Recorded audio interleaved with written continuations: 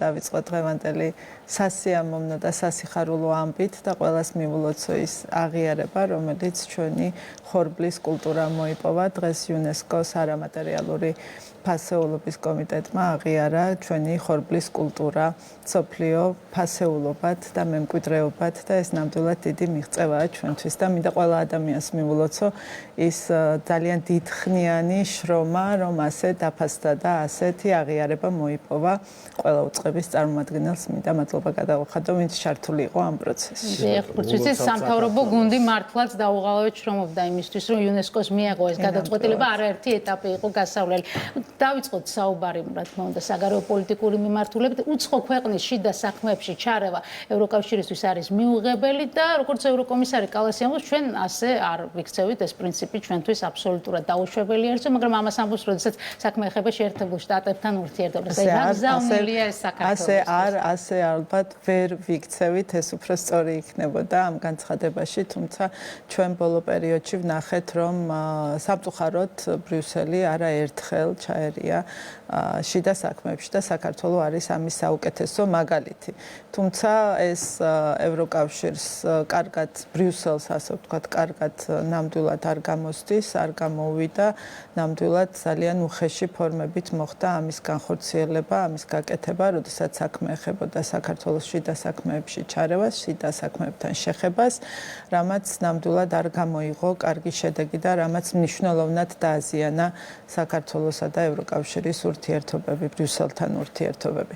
ამ შემთხვევაში საუბარი, როდესაც შეეხება ამერიკის შეერთებულ შტატებს, იმ გლობალურ მოთამაშეს, რომელზეც ძალიან ბევრი რამ არის დამოკიდებული გლობალურად, მაშინ უკვე ევროკავშირის ბიუროკრატიის მხრიდან სხვაგვარი გზავნილი ისმის და სხვაგვარად ხდება, ასე ვთქვათ, პოზიციონირება.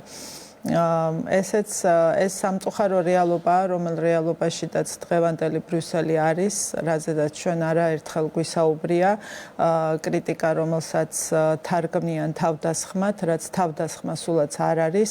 ჩვენ ევროპული ქვეყანა ვართ, ჩვენი პოზიცია ყოველთვის იყო ის, რომ თუკი ჩვენ გვსურს და ჩვენ გვსურს ვიყოთ ევროკავშირის ნაწილი, რომელიც არის დღევანდელი ევროპის სახე, რა თქმა უნდა, ჩვენი სუბიექტური სურვილიც იქნებოდა, რომ ეს ევროკავშირი იყოს ძლიერი და ეს ევროკავშირი იყოს ისეთი, რომლის წევრობაც ჩვენ გვინდა. რაც სამწუხაროდ ამ ბოლო პერიოდში განვითარებული მოვლენების ფონზე ძალიან რთული საყურებელია ის პროცესები, რა პროცესებიც მიმდინარეობს ევროკავშირში და იმედს ვიტოვებთ, რომ ეს ყველაფერი შეიცვლება და ეს ყველაფერი იქით მოტრიალდება, რომ რაღაც რეალობის უგულვებელყოფას აღარ გააგრძელებს, მოდით ასე ვთქვათ, ბრიუსელი. საინტერესოა, კი ბატონო, ვისაუბროთ თქვენ ახსენეთ სიტყვა თავდასხმა, იმიტომ რომ საქართველოს შემთხვევაში კრიტიკაზე საპასუხო კრიტიკაც გვინახავს და მთელი რიგი შეფასებების, მაგრამ როდესაც ტრამპმა გამოიყენა საკმაოდ უხეში ეპითეტები, რომელიც ჩამოთვალეთ, ამ შემთხვევაში კაია კალასი ეცადა, რომ ეს რაღაცნაირად გაენეიტრალებინა და თქვა, რომ ჩვენ რაღაც შტატების სტრატეგიული პარტნიორები ვართ და ასე შემდეგ, ეცადა, რომ საპასუხო კრიტიკა ესხლიტა. აი ეს რას უნდა დავაბრალოთ, იმიტომ რომ თუ მაგალითად ქართველი პოლიტიკოსი აკრიტიკებს, ამ შემთხვევაში მწვავედ ეხმაურებიან ტრამპის შემთხვევაში ტონი დაარბილეს. რა სტანდარტია? ხო, ერთგვარად ჩვენ შეგვიძლია ვთქვათ, რომ ჩვენ საქართველოს ერთგვარად პირველები ვიყავით, ვინც დავიწყეთ პრობლემებზე საუბარი, ხო, რომ ვინც გავაჟღერეთ, რომ რაღაც სწორი არ არის, დამოკიდებულებაში არ არის სწორი. ვინც ასე ვთქვათ, ხმა ავიმაღლეთ იმ უსამართლო დამოკიდებულებასთან მიმართებაში, რაც ჩვენი ქვეყნის მაგალითზე ვიხილეთ და იმ პრობლემებზედაც გავამახვილეთ ყურადღება, რაც გამოჩნდა ზუსტად საქართველოსთან მიმართებაში. იგივე ევროპარლამენტის რეზოლუციები ხომ საუკეთესო მაგალითი იყო. ასე შეიძლება არაფერი დაკლებოდა ჩვენ ქვეყანას და შეიძლებოდა საერთოდ არანაირი კომენტარი არ გაგეკეთებინა და არაფერი გაგეკეთებინა, მაგრამ ნამდვილად სამწუხაროა, როდესაც ის ინსტიტუტები, ის ასე ვთქვათ, ორგანიზაცია, რომლისკენაც მიისწრაფვი, რის გამოც მიისწრაფვი და ძალიან ხშირად არის ხოლმე ამაზე საუბარი და ფასეულობებზე ზუსტად აქცენტის გაკეთება, სწორედ ამ ფასეულობებს ამსხრევს და იმის ნაცვლად, რომ რაღაც სიმართლე, რეალობა, ობიექტურობა დაიდოს საფუძვლად, პარალელურ რეალობას ქმნის, რაღაც აბსტრაქტულ საკითხებზე საუბრობს, აბსოლუტურად მოწყვეტილია რეალობას და სიმართლეს და ასე აგებს მის პოლიტიკურ დღის წესრიგს. ეს, რა თქმა უნდა, ჩვენთვის მიუღებელი აღმოჩნდა და ერთ-ერთი პირველები ვიყავით, ვინც ამაზე დავიწყეთ საუბარი. ახლა უკვე ასეთივე კრიტიკა ისმის ამერიკის შეერთებული შტატებიდან, თუმცა ჩვენ შემთხვევაში ეს კრიტიკა, რა თქმა უნდა, კრიტიკად არ იყო აღქმული და ეს მოინათლა თავდასხმად. ჩვენ არაერთხელ გვსმენია, რომ თითქოს ვიღაცას ვესხმით თავს. საქართველოს არავის არ ესხმის თავს, საქართველოს იცავს თავს უსამართლო დამოკიდებულებისგან და ეს უსამართლო დამოკიდებულება სამწუხაროდ არაერთხელ ვიხილეთ ჩვენ იმ ბიუროკრატების მხრიდან, რომლებიც ბრიუსელშიც არიან, სხვა დედაქალაქებშიც არიან და გარკვეულწილად მონაწილეობას იღებენ ევროკავშირის პოლიტიკის ჩამოყალიბებაში და გავლენას ახდენენ ევროკავშირის პოლიტიკაზე საქართველოსთან მიმართებაში. საქართველოს მხრიდან ბრიუსელის კრიტიკა არათუ უბრალოდ შენიშვნად და საყვედურად არ იქნა აღქმული, არამედ ჩაითვალა როგორც დეზინფორმაცია ევროპული გზის წინააღმდეგ და ერთ-ერთ პირობათაც კი იყო მოხსენიებული, რომ აი თუ კი საქართველოს ხელისუფლებას აქვს სურვილი, რომ გაგრძელდეს ევროინტეგრაცია, მაშინ უნდა შეწყვიტოს თავდასხმები ევროპელი დიპლომატების და ბიუროკრატების მიმართ და ზოგადად დეზინფორმაციის პრობლემა უნდა მოგვარდეს. დღეს, როდესაც შეერთებული შტატებიდან მოდის ეს განცხადებები, რა თქმა უნდა, დამოკიდებულება არის შეცვლილი და აი პარლამენტის თავმჯდომარეს ჰქონდა ესეთი ფრაზა, რომ ევროპა ვეღარ შეძლებს ამ პროცესის, ამ კრიტიკის იგნორირებას. ელით რომ რამე შეიცვლება, დღევანდელი ევროპული ელიტის, პოლიტიკური ელიტის მიდგომების გათვალისწინებით შეიძლება ამას რაიმე შედეგი მოყვეს, იმიტომ რომ საერთაშორისო მედიაში უკვე გაჩნდა ესეთი ტერმინი ბრიუსელის საგარეო პოლიტიკის ესტონიზაცია, ხო, აი რა თქმა უნდა ნეგატიურ კონტექსტში. ამ ელიტას აქვს რესურსი, რომ შეცვალოს თავისი მიდგომები?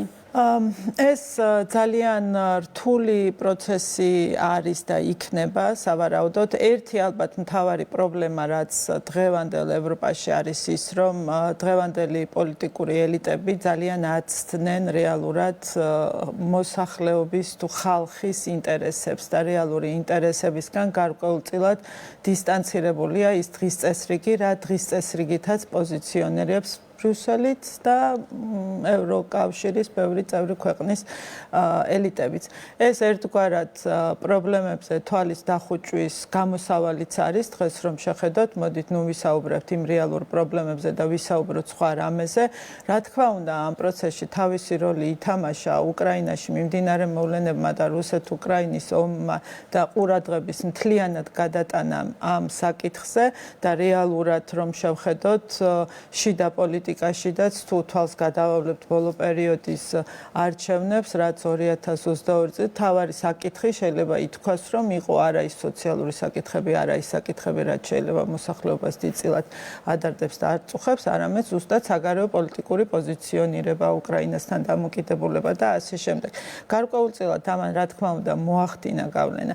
თუმცა თუ ამას შეასაუბარი, როდემდე შეიძლება დარჩეს ევროპული საზოგადოება რეალობის უგულებელყოფის პროცესში და როდის შეიძლება მოხდეს ის, რომ გაჩნდეს იმის საჭიროება და დარწმუნებული ვარ, ეს საჭიროება აუცილებლად გაჩნდება ევროპულ საზოგადოებაში, რომ ელიტებმა მოახდინონ აქცენტები, გადაიტანონ აქცენტები სწორედ იმ რეალურ პრობლემებზე, რა პრობლემებს თუ რა საკითხებზე, რა საკითხებიც აინტერესებს ხალხს რეალურად. საინტერესოა შტატების ახალი უსაფრთხოების სტრატეგიაც, რომელმაც პრინციპში დაპირისპირების ახალი ტალღა აგორა ევროკავშირსა და შეერთებულ შტატებს შორის და ეს განცხადებები, ტრამპის მწვავე განცხადებები დაიწყო მას შემდეგ, რაც ეს სტრატეგია გამოქვეყნდა და ცალკეულმა ჩინოვნიკებმა გადაწყვიტეს, რომ ამ სტრატეგიისთვის ეპასუხათ და ეს გულისხმობს იმას, რომ ევროკავშირი განეკუთვნება იმ ქვეყნებს, რომელიც ცივილიზაციურ დაღმასვლას განიცდის. ეს ამ სტრატეგიაშია მითითებული.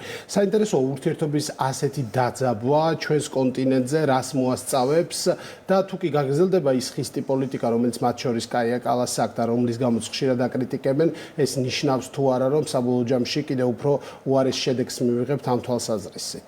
ნახეთ, ამერიკის შეერთებული შტატები მოქმედებს საკუთარი ინტერესებიდან გამომდინარე და მათთვის წამყვანი არის, ამას არც არავინ მალავს, ამის გამო ვერც ვერავინ გააკრიტიკებს ამერიკის შეერთებულ შტატებს, ბუნებრივია, ეს სახელმწიფო საკუთარი ეროვნული ინტერესებიდან გამომდინარე მოქმედებს ყველასთან დამოკიდებულებაში. იქნება ეს ევროკავშირი, რუსეთი, ჩინეთი, არ აქვს მნიშვნელობა. საკუთარი ინტერესებიდან გამომდინარე პოლიტიკას ცვლის, გეგმავს, სტრატეგიას აწყობს სწორედ ისე, როგორც ეს შესაბამისობაში მოდის ამერიკულ ინტერესებთან. რას აკეთებს ევროპა და როგორ აყალიბებს ევროპა საკუთარ პოლიტიკას, ეს რა თქმა უნდა ის კითხვაა, რომელიც უნდა დასვას ევროპელმა ამომრჩეველმა.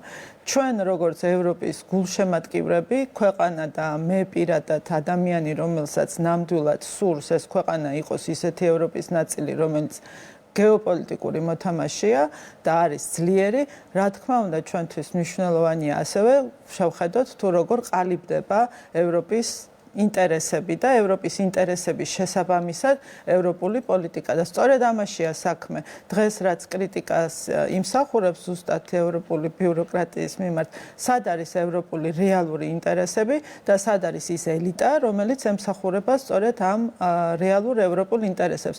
თუ კი ეს ასე ხდება, მაშინ ვინ არის პასუხისმგებელი თუნდაც იმ ეკონომიკური განვითარების შენელებულ ტემპზე, ან თუნდაც გლობალური მასშტაბით ევროპის დაკარგულ ადგილზე. დღეს ხო ვხედავთ, ხდება ძალიან მნიშვნელოვანი საკითხების გადაწყვეტა, სადაც ევროკავშირის როგორც ასეთის როლი მინიმუმამდეა დაყვანილი და ფაქტიურად მაქსიმალურად ცდილობენ, რომ ევროკავშირი როგორც მოთამაშე მაგიდასთან არ იყოს და ისევ წავედით, ასე ვთქვათ, გათითოკაცებულ თუ როგორ შეიძლება ვუწოდოთ, დასულ რაღაც ქვეყნების პოლიტიკამდე, იგივე საფრანგეთი, იგივე უბრუნდებიან რაღაცნაირად ეროვნულ პოლიტიკას, რაც რა თქმა უნდა ბუნებრივია მოახდენს გავლენას ევროკავშირზე, დღეს თუ არა ხვალ ნამდვილად ექნება ამას საბოლოო ჯამში გავლენა ევროპის პოლიტიკაზე. აქ ალბათ ერთი საკითხიც არის, ევროპა დიდი ხანია ცდილობს რაღაცნაირად კოორდინაცია მოახდინოს და ერთიანი საგარეო პოლიტიკა გახადოს მართლაც ერთიანი, რაც ძალიან რთული ამოცანაა ევროპისთვის ისტორიული კონტექსტიდან გამომდინარეც,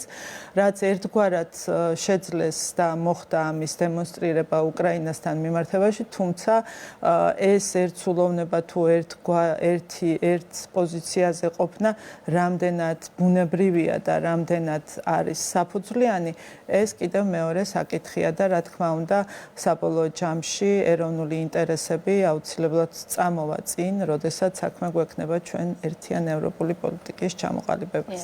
რა იცვლება საქართველოსთვის სტრატეგიული თუ არა ტაქტიკური ნაბიჯების დონეზე? ერთის მხრივ კრიზისი თავად ევროკავშირში, სხვადასხვა სფეროში, მეორე მხრივ ეს დაძაბულობა და დაპირისპირება შეერთებულ შტატებსა და ბრიუსელს შორის. დღეს, როდესაც ვინმე იტყვის, რომ ეს კოლექტიური დასავლეთი რა იგულისხმება, ეს კითხვა ბუნებრივად გაჩნდება, ხო? იმიტომ რომ აბსოლუტურად განსხვავებული აქვს პოლიტიკა ვაშინგტონს, განსხვავებული უკვე ევროკავშირს. ჩვენ როგორ ვაყალიბებთ ჩვენ ნაბიჯებს, უკვე ცალ-ცალკე ალბათ ამ პარტნიორებთან მიმართებაში?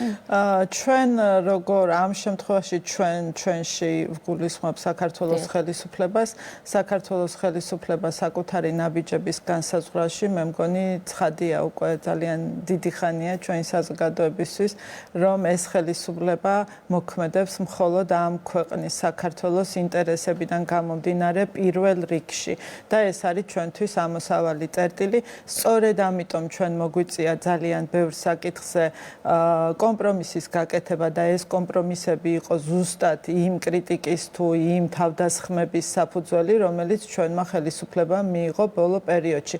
სწორედ ჩვენი ეროვნული ინტერესებისგან გამომდინარე მოქმედება გახდა გარკვეული ძალებისთვის მიუღებელი. ეს მარტივი რამ არის, ჩემი ეროვნული ინტერესი სავსებით შესაძლებელია, რომ არ მოდიოდეს თანხმედრაში სხვების ეროვნულ ინტერესებთან და სწორედ აქ იწყება ერთგვარად კონფლიქტი. მაგრამ ამ კონფლიქტში მე ვარ მართალი იმიტომ, რომ მე ვიცავ საქართველოს ეროვნულ ინტერესებს, ეს ხელისუფლება თავის პოლიტიკას აყალიბებს ეროვნული ინტერესებიდან გამომდინარე.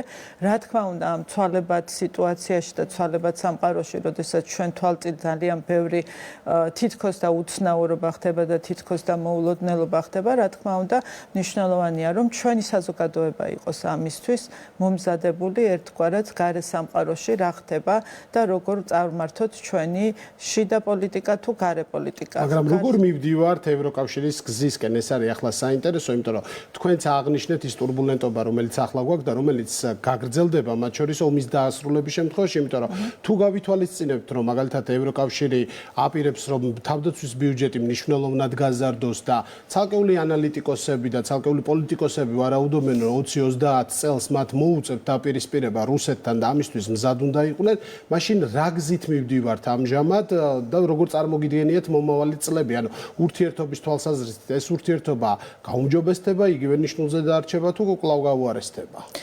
ჩვენი ამ შემთხვევაში საქართველოსა და ევროკავშირის შორის ურთიერთობებში ასე სტრატეგიულად, ასე ვთქვათ, არაფერი იცვლება საქართველოს სურვილებიდან გამომდინარე და მისწრაფებებიდან გამომდინარე, საქართველოს იმ გეოპოლიტიკურ მოცემულობაში, რა გეოპოლიტიკურ მოცემულობაშიც ეს ქვეყანა არის და საკუთარი ისტორიიდან და იდენტობიდან გამომდინარე ჩვენთვის ევროკავშირთან ასოცირება და ევროკავშირთან ინტეგრაცია და ევროკავშირში ინტეგრაცია ეს სხვა მნიშვნელობის საკითხია და რა თქმა უნდა ამის შეცვლა ვერ და არ მოხდება, მაგრამ რა თქმა უნდა ჩვენ უნდა გავითვალისწინოთ ის მოცემულობები და ის ვადევნოთ კარგად თვალი თუ როგორ განვითარდება თავად მოცემულ სიტუაციაში ევროკავშირი, როგორც ევროპის სახე, მოდით ასე ვთქვათ, ჩვენ ხო რეალურად დღევანდელი მოცემულობა, დღევანდელი ევროპის სახე არის ევროკავშირი.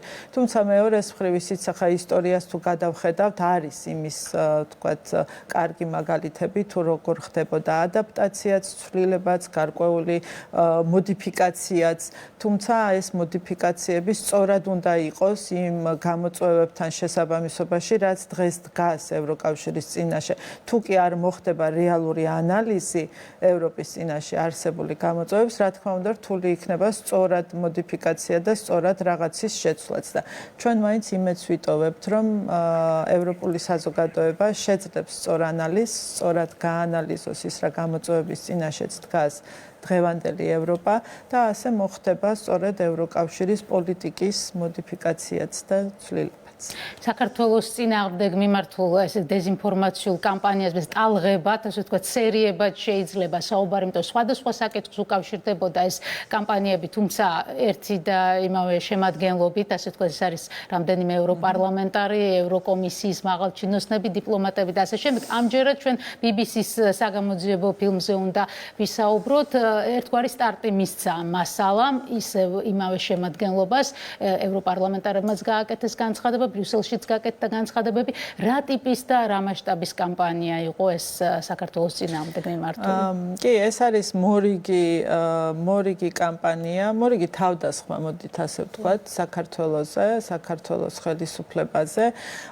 აქტორები იგივე არიან, რასაც ჩვენ ამდენი ხნის განმავლობაში უყურებთ, უბრალოდ ასე ვთქვათ, ინიციატორები იცვლებიან ხოლმე, ხო? იყო რაღაცა კამპანიები, რომელიც იწყებოდა ქართველი პოლიტიკოსების განცხადებებით და მერე შენდებოდა ამაზე მედია საშუალებები, არასამთავრობო ორგანიზაციები, საერთაშორისო მედია, იყო რაღაც კამპანიები, რომელიც თქვათ უცხოელი ასე ვთქვათ, პოლიტიკურ სცენაზე გამოვიდნენ უცხოელი პოლიტიკოსები, უფრო მეტად უცხოელი დიპლომატებიც ჩვენ ვიხილეთ და ეს არის ახლა მაგალითი, როდესაც ასე ვთქვათ, სცენაზე არის უცხოური მედია საშუალება, როგორც ასე ვთქვათ პირველ წყარო ამ კამპანიის დაწყების. ესეც ჩვეულებრივად მართული კამპანია, იგივენაირი კამპანია დეзинფორმაციის, რაც ჩვენ არაერთი ვიხილეთ საქართველოს წინააღმდეგ, გახსოვთ ალბათ თავისუფლება მიშას კამპანია, როგორ მოწამლეს და როგორ კვდებოდა პატიმარი ნომერი 1 ქართულ ციხეში,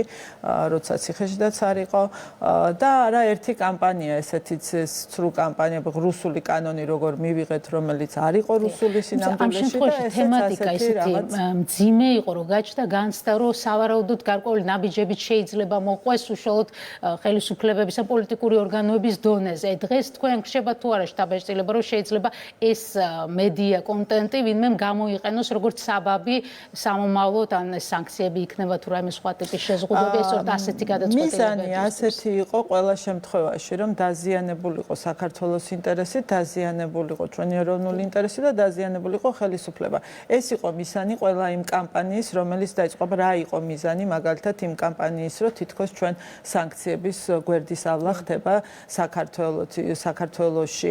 რა იყო იმ კამპანიის, თქვათ, მიზანი, რომ ჩვენ გავაყალბეთ არჩევნები და რაღაც არადემოკრატიულ გზას დავადექით. ესეც იგივე კამპანია, რომ რაღაც მძიმე სურათი უნდა შექმნა, რა თქმა უნდა, იმისთვის, რომ ეს ნარატივი გაამყარო, რა ნარატივითაც რეალურად შენსჩი საქართველოს ხელისუფლებას მხოლოდ და მხოლოდ იმიტომ, რომ საკუთარი ეროვნული ინტერესებიდან გამომდინარე იღებს გადაწყვეტილებებს და არ მიყვება იმ ხაზს, რა ხაზიც დააზიანებს ჩვენი ქვეყნის. საინტერესოა, ერთ მხრივ ჩვენ ხედავთ განცხადებებს, მათ შორის BBC-სთან დაკავშირებითაც გაკეთდა ეს განცხადებები, მაგრამ რა ხდება კულისებში, როცა შეხვედრები გაქვთ, თქვენ ერთ-ერთი მაღალი დონის შეხვედრაში მონაწილეობდით, ელთოს გულისხმობ, იქ ბევრი შეხვედრა გამართეთ, ანუ რაზე საუბრობენ ეს ადამიანები საქართველოსთან მიმართებით, მაშინ როცა კამერა ირთვება? ნახეთ, ასე გაცნობიერების და გაგების დონეზე ყველა ძალიან კარგად აცნობიერებს, რა ხდება ჩვენს გარშემო და სად არის საქართველო.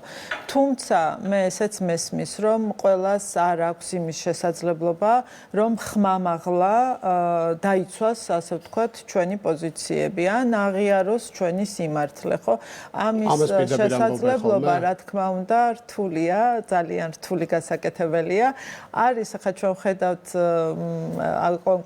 ერთი კონკრეტული ქვეყანა, რომელსაც არ უჭირს ამის გაკეთება და არ უჭირს იყოს კონფლიქტურ სიტუაციაში, მოდით ასე ვთქვათ, ბრიუსელთან, იმიტომ რომ ბრიუსელთან კონფლიქტს მოყვება გარკვეული, ასე ვთქვათ, სასჯელები, მოდით ასე ვთქვათ, იგივე ფინანსური რაღაც ფონდებზე წდომის შეზღუდვა და ასე შემდეგ. რაც უნგრეთის შემთხვევაში ხორციელდება და უნგრეთი არ იყო ერთადერთი ქვეყანა სხვა შემთხვევაში და სხვადასხვა მიზეზებით განხორციელებულა ხო ბრიუსელის ასე ვთქვათ ესეთი სანქციების მექანიზმის ამუშავება რომ არ მოგცემ შენ ამ ფონდს შეგიჩერებ წდომას და ეს საკმაოდ დიდ თანხებზეა ხო საუბარი და ძალიან რთულია ხა მოთხოვო ასეთი ერთგული მხარდაჭერა ვინმეს რომ დაიზიანოს საკუთარი ინტერესები აქაც ისინიც რა თქმა უნდა სიჩუმეს თუ არჩევენ ისევ და ისევ საკუთარი ინტერესებიდან გამომდინარე და ესეც ერთგვარად გასაგებია, როდესაც ეს ინტერესი უფრო მაღალია ვიდრე საქართველოს დაცვის ინტერესი ამ კონკრეტული ქვეყნებისთვის თუ პოლიტიკოსებისთვის. თუმცა რის თქმა მინდა საქმე იმაშია რომ გაცნობიერებული ძალიან ბევრს აქვს რომ ეს დამოკიდებულება არ არის სამართლიანი საქართველოსთან მიმართებაში ის ასე ვთქვათ ბერკეტები რაც გამოყენებული იქნა საქართველოსთან მიმართებაში ასევე უსამართლოა ჩვენ ვნახეთ არაერთი შანტაჟის ინსტრუმენტი რაც გამოყენებული იქნა საქართველოსთან მიმართებაში ახლა მარტივია ხო საქართველოს კანდიდატის სტატუსი გამოიყენეს იმისთვის რომ წელიწად ნახევარი ჩვენს ქვეყანაში ყოფილიყო ეს თემა პოლიტიკური დღის წესრიგის შემადგენელს აბსოლუტურად უმიზეზო საერთოდ მიზეზი და საფუძველი არ ქონდათ ამის და ვისაც კი ვეკითხებოდით რა იყო მიზეზი იმისა რომ საქართველოს ვერ მიიღო კანდიდატის სტატუსი 2022 წლის ივნისში ერთადერთი პასუხი რაც გვესმოდა იყო რომ ასეთი აღქმები არსებობდა და ის აღქმები სწორედ ასეთი დეზინფორმაციული კამპანიებით იყო შექმნილი რომელიც ჩვენ გვესმოდა საქართველოსთან მიმართებაში სწორედ 2022 წლის თებერვლიდან მოყოლებული როდესაც ომი დაიწყო ეხლა ელთოში შვეიცარიის თავმჯდომარეობის პირობებში გააქვთ იმედი რომ დამოკიდებულება გაუმჯობესდება იმიტომ თქვენ ისაუბრეთ იმაზე თუ რამდენად მნიშვნელოვანია საქართველოსთვის ამ ორგანიზაციის წევრობა და ასევე რომ აბსოლუტურად მიუღებელია სხვადასხვა საერთაშორისო ორგანიზაციის გამოყენება პოლიტიკურ ინსტრუმენტად ხო აი ეს პრაქტიკა უნდა გადაიტეხოს ალბათ ადრე თუ გვინდა რა თქმა უნდა მნიშვნელოვანია ჩვენთვის ეს საერთაშორისო ორგანიზაცია რომელსაც ქვია ევროპის უსაფრთხოების და თანამშრომლობის ორგანიზაცია ქვეყანა რომელიც ორი რეგიონი არის ოკუპირებული აქვს გადაუჭრელი კონფლიქტი რა თქმა უნდა ეს ორგანიზაცია ისედია ჩვენთვის მნიშვნელოვანია, როდესაც საუბრობთ უსაფრთხოებასთან დაკავშირებულ საკითხებზე. თუმცა ხა ეუთოს როლის გადამეტებით წარმოჩენა და რაღაცა გადამეტებული მოლოდინების შექმნა, რომელიმე თავმჯდომარეობა ხა ფუნდამენტურად შეცვლის ამ ორგანიზაციის მუშაობას, რა თქმა უნდა, ხა არასწორი იქნება. პირადმა ინიციატივებმა გააუარესა ასეთი მაგალითიც რომ შვეიცარიის თავმჯდომარეობა ისე უხეშად არ გამოიყენებს ამ თავმჯდომარის მანდატს, როგორც ეს ჩვენ ვიხინეთ ფინეთის თავმჯდომარეობის პირობებში. მადლობა. მადლობა ინტერვიუსთვის. საგარეო საქმეთა მინისტრი მაკა ბოჭორიშვილი იყო ჩვენი სტუმარი. ჩვენ ვაგრძელებთ იმედი ლაივს, ვიწვევთ შემდეგ სტუმარს ზურა ხაჩიძეს, მომღერალს და მასთან ერთად ვსაუბრობთ პოლიტიკურ პროცესებზე, როგორია პოლიტიკური პროცესები საზოგადოების თვალით.